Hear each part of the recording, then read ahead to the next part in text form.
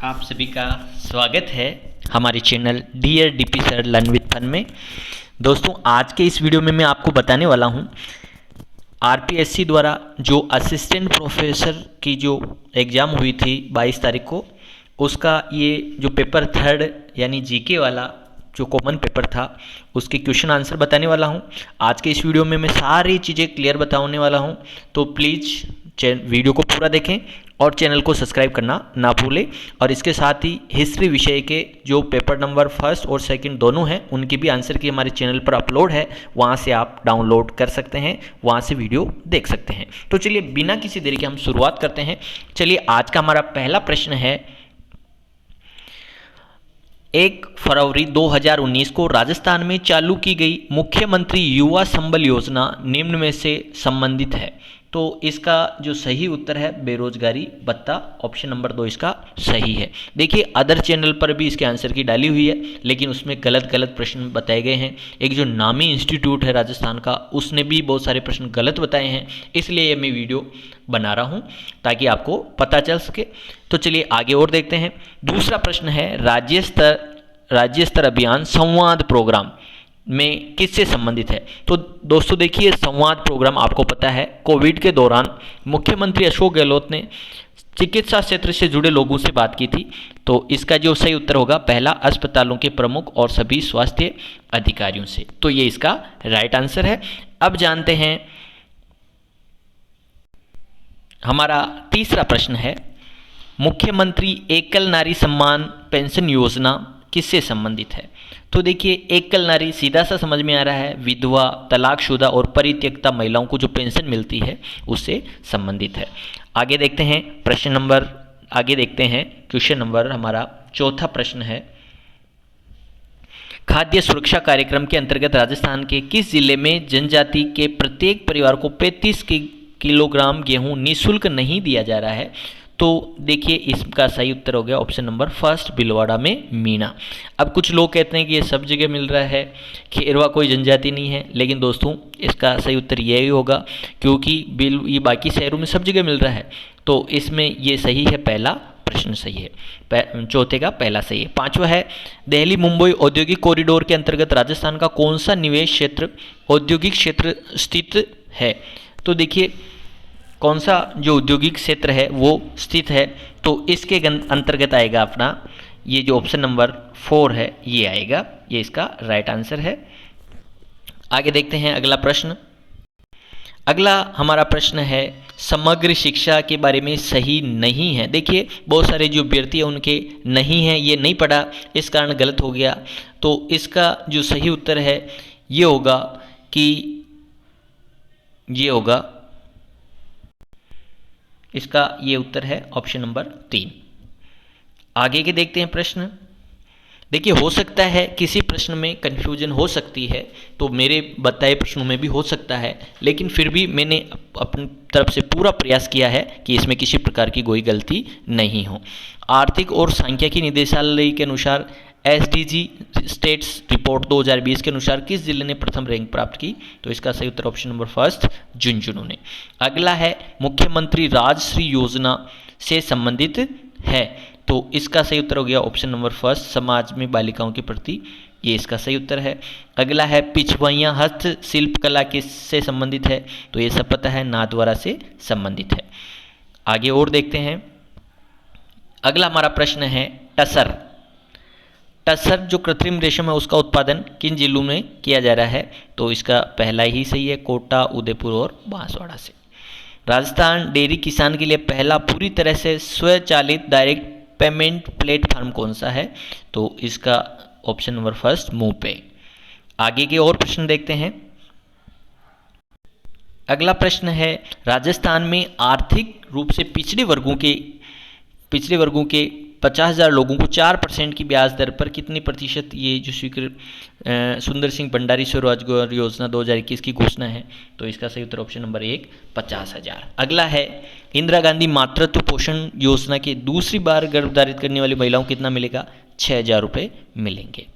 अगला है, केंद्र सरकार द्वारा जारी किए गए निर्भया कोष का पूरा उपयोग करने में देश में राजस्थान ने कौन सा स्थान प्राप्त किया। तो इसका सही उत्तर ऑप्शन नंबर जो तीसरा है, तीसरा आंसर इसका सही होगा, पहला स्थान प्राप्त किया। आगे की ओर देखेंगे, प्लीज़ आप वीडियो को पूरा देखें और यहाँ पर एक एक डाउट मैंने क्लियर करने का पूरा प्रयास किया है। हो सकता है वीडियो थोड़ा सा लंबा हो, लेकिन ये आपके लिए आगे वाले एग्जामों के लिए और काम का रहेगा। तो चलिए आगे देखते हैं।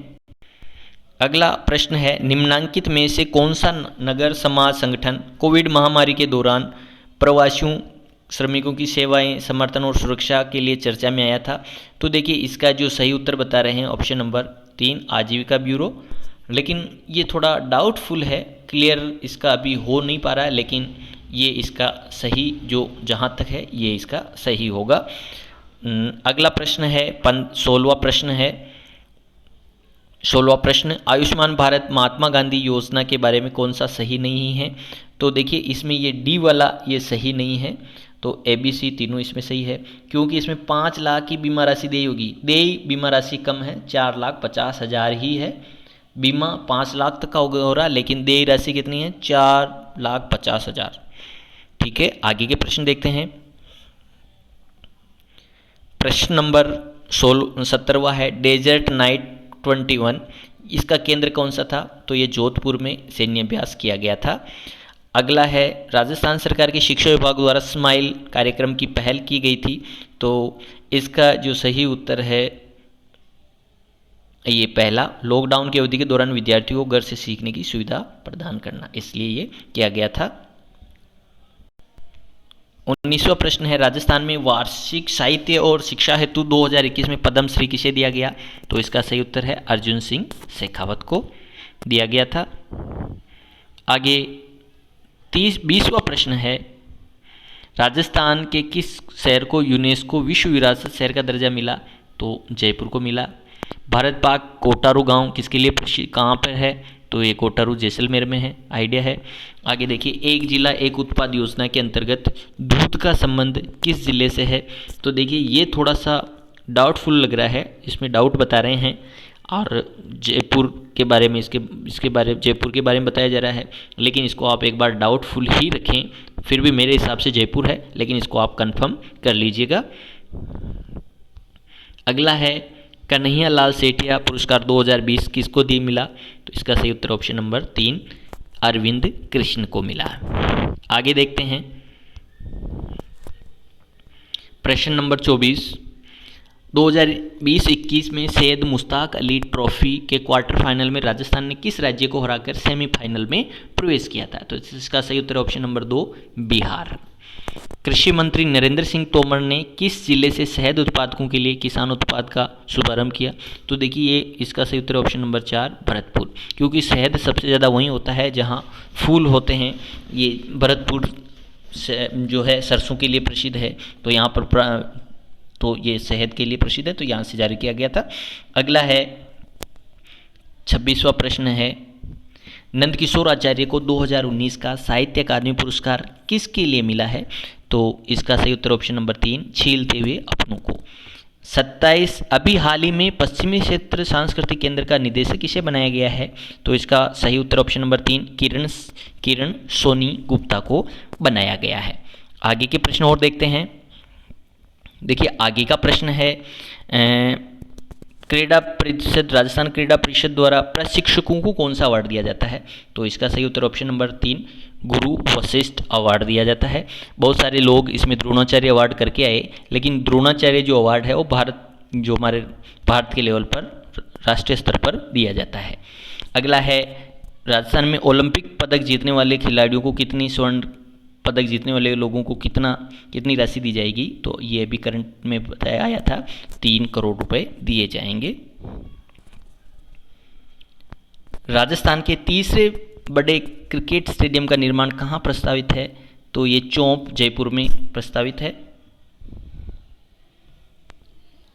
आगे देखिएगा, अलाउद्दीन का सेना नायक जो रणथंबोर अभियान के दौरान मारा गया था, तो ऑप्शन नंबर 4 इसका सही है, नुसरत खान।